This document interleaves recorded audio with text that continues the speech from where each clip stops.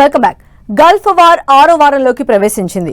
Gas, ఇంధన కొరత ప్రపంచ దేశాల్లో తీవ్రంగా ఉండగా మన దగ్గర ప్రతిరోజు ఈ ఉత్పత్తులను దిగుమతి చేసుకునేదే కానీ భరోసా లేని పరిస్థితి. మరి ఈ కష్టాలు ఎలా గట్టెక్కుతాయి? యుద్ధం ఆగితే చాలనేది కొందరి మాట. అయితే అంత సీన్ లేదు. గల్ఫ్ వార్ వెంటనే ఆగిపోయినా సరే క్రూడ్ ఆయిల్ కష్టాలు, గ్యాస్ మంట మాత్రం కొన్ని నెలల పాటు కొనసాగుతుందని చెప్తున్నారు. ఎలాగంటారా? Watch the story. ముందుంది ఆయిల్ మరింత మండే కాలం. ఓవేళ యుద్ధం ఆగినా రేట్లు మాత్రం తగ్గవంటూ అంచనాలు. ఇది ఒక్క అమెరికాలోనే కాదు, భారత్ బాధ మాత్రమే కాదు, ప్రతి దేశం ఆందోళన ఇదే. క్రూడ్ ఆయిల్ రేట్లు ఎలా తగ్గుతాయి? అమెరికా ఇరాన్ పై దాడులు ఆపేస్తే అంతా చక్కబడుతుందా? మన దేశంలో గత నెల రోజుల నుంచి ఇంధనం, గ్యాస్ కొరతపై చర్చ జరుగుతోంది. ఈ రోజుకారోజు గ్యాస్, క్రూడ్ ఆయిల్ దిగుమతి చేసుకుంటూనే ఉన్నాం. రష్యా నుంచి ఏకంగా సాధారణం కంటే 90% ఎక్కువగా క్రూడ్ ఆయిల్ దిగుమతి చేసుకోవడం పరిస్థితికి అద్దం పడుతోంది. ఫిబ్రవరి నెలతో పోల్చితే 90% ఎక్కువగా క్రూడ్ ఆయిల్ కొనుగోలు చేయగా ఈ నెలలో కూడా ఇదే జోరు కొనసాగనుంది. అలానే వంట నూనెలు కూడా సలసలా కాగిపోతున్నాయి. మరి ఈ ధరాఘాతం జనంపై పడకుండా ఆగాలంటే మార్గం యుద్ధం ఆగాలి. అలానే హర్మోజ్ జలసంధి ద్వారా రాకపోకలు సాగాలి. ఇదే ఎక్కువ మంది అనుకునేది. అయితే ఇక్కడే ఇంకో చిక్కుంది.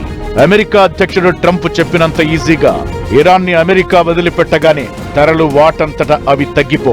ఒకవేళ నిజంగా యుద్ధం 2 వారాల్లోనే ముగిస్తే ఫిబ్రవరి 28కి ముందటి స్థాయికి చమురు ఉత్పత్తి పునరుద్ధరణ, హర్మోజ్ లో ట్యాంకర్ల రాకపోకలు సాధారణ స్థితికి చేరడానికి కనీసం 6 నుంచి 8 వారాల సమయం పడుతుందని పరిశీలకుల అంచనా.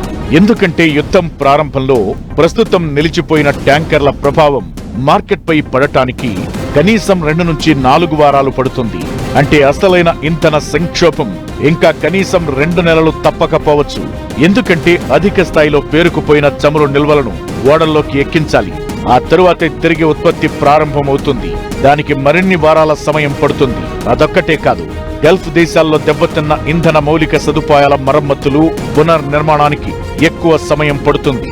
ఇరాన్ చేసిన దాడులో ఖతార్, దోహా, సౌదీ ఆరామ్కో క్షేత్రాలు ఎంత దెబ్బతిన్నది ఇంకా పూర్తిగా తెలియదు.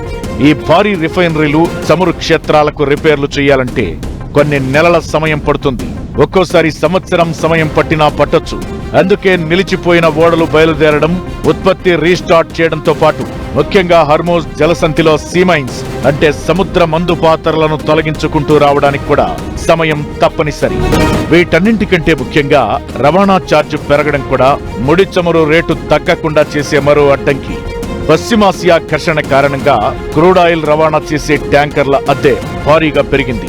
గతేడాది ఈ సమయానికి రోజుకు $1,00,000 ఉన్న అద్దె ఇప్పుడు $4,00,000లకు చేరుకుంది.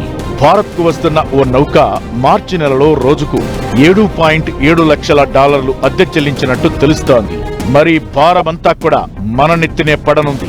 ఈ సమయంలో రూపాయి పతనంతో మన చెల్లింపులు మరింత ఖరీదు కావడం ఖాయం.